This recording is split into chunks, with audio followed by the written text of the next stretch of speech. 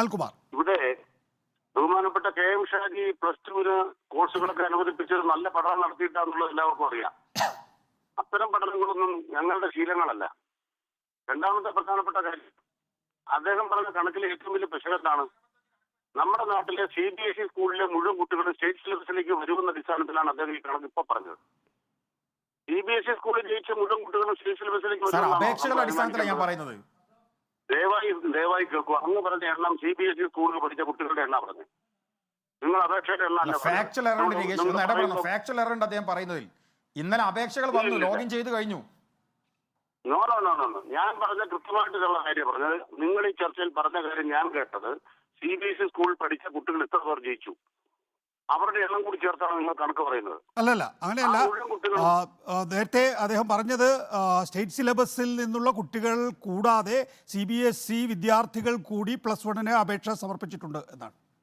അത് തന്നെയാണ് ഞാൻ പറയുന്നത്. അവരും കൂടെ കേരളത്തിൽ സ്റ്റേറ്റ് സിലബസ് പഠിക്കാൻ വരികയാണോ? അവരും കൂടെ കേരളത്തിൽ സ്റ്റേറ്റ് സിലബസ് പഠിക്കാൻ വരികയാണോ? ഇവിടെ പഠിക്കുന്ന എത്ര കുട്ടികൾ തിരിച്ച് CBSE പോകും? ഇവിടെ പ്രശ്നം എന്താണെന്ന് വെച്ചാൽ, നിങ്ങളിപ്പോ കോഴ്സ് അനുവദിക്കാൻ ആവാത്തതിന് കാരണം എന്താണ്? ഈ വർഷത്തെ കുട്ടികളുടെ ഇൻട്രസ്റ്റ് കഴിഞ്ഞ കൊല്ലം തീരുമാനിക്കാൻ പറ്റുമോ? അടുത്ത വർഷത്തെ കുട്ടികളുടെ ഇൻട്രസ്റ്റ് ഇക്കൊല്ലം തീരുമാനിക്കാൻ പറ്റുമോ? നിങ്ങൾ ഏകദേശത്തിൽ ഡിമാൻഡ് ഇപ്പോഴാണ് കണക്കാക്കപ്പെടുന്നത്.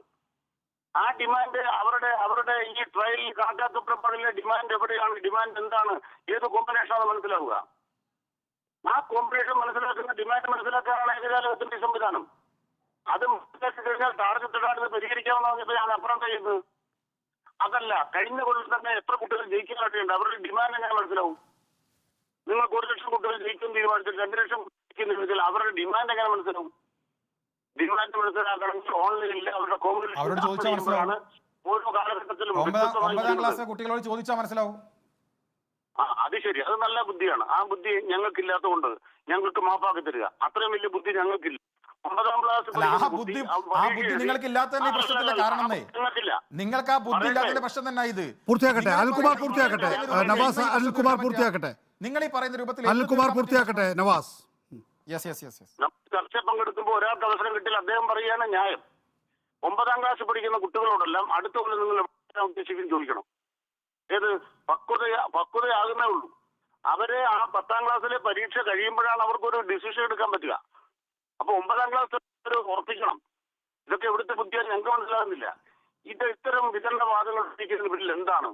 നിങ്ങൾ അതിനെ സ്വയം ആലോചിക്കും. അതുകൊണ്ട് മലപ്പുറത്തെ കുട്ടികളെ പ്രത്യേക ഒരു കാര്യം ആരെയും ഏൽപ്പിച്ചിട്ടില്ല. കേരളക്കാരന്റെ ഭാഗമാണ് മലപ്പുറം ജില്ല, അവിടുത്തെ പ്രവർത്തനം. അതുകൊണ്ട് എല്ലാ ഭാഗം മനുഷ്യർക്ക് ഉറപ്പ് കൊടുക്കുന്ന കാര്യം എന്താണ്? ആശങ്ക വേണ്ട. ഈ ട്രയലുമായി ബന്ധപ്പെട്ട് നമുക്ക് കാര്യങ്ങൾ വ്യക്തത വരും. ഫസ്റ്റ് അലോട്ട്മെന്റ് വരുമ്പോൾ കാര്യങ്ങൾ വ്യക്തത വരും. വ്യക്തത വന്നു കഴിഞ്ഞാൽ ഞാൻ കൃത്യമായിട്ട് ആരോപണം ഉന്നയിക്കുന്നത് തിരിച്ച് UDFന്റെ കാലത്ത് ഫസ്റ്റ് അലോട്ട്മെന്റ് കഴിഞ്ഞാൽ നിങ്ങൾ മാനേജ്മെന്റ് സ്കൂളിലേക്ക് കുട്ടികളെ കിട്ടാൻ വേണ്ടി അലോട്ട്മെന്റ് അലങ്കോലപ്പെടുത്തിയ ചരിത്രം ഉമ്മൻചാണ്ടി സർക്കാരിന്റെ കാലത്തുണ്ട്. അന്നത്തെ വിദ്യാഭ്യാസ മന്ത്രി മുസ്ലിം ലീഗ് ആയിരുന്നു. നമുക്ക് വേണം പഴയ രേഖകൾ കൊണ്ടെടുക്കാം. ഞങ്ങളുടെ രീതിയല്ല. ഫസ്റ്റ്, സെക്കൻഡ്, തേർഡ് അലോട്ട്മെന്റ് പ്രഖ്യാപിച്ചു കഴിഞ്ഞു. അത് കഴിഞ്ഞാൽ ഇതിന് ശേഷം പിന്നെയും നടക്കും. എന്താണ്? നിങ്ങൾക്ക് തത്സമയം അലോട്ട്മെന്റ് കൊടുക്കുന്ന സംവിധാനം ഇതിന് ശേഷം പ്രഖ്യാപിക്കും. അതിന് കാരണം എന്താണ്? കുട്ടികൾക്ക് ഓപ്ഷൻ മാറ്റാൻ സൗകര്യമില്ലേ? കോളേജുകൾ മാറാൻ അവസരമില്ലേ? ഇതൊക്കെ തന്നെ നമ്മുടെ നാട്ടിൽ ഇന്നലെ വരെ നടന്നുകൊണ്ടിരുന്ന കാര്യങ്ങളാണ്. ശരി, അതാണ് കാര്യത്തിലുള്ള വിശദീകരണം.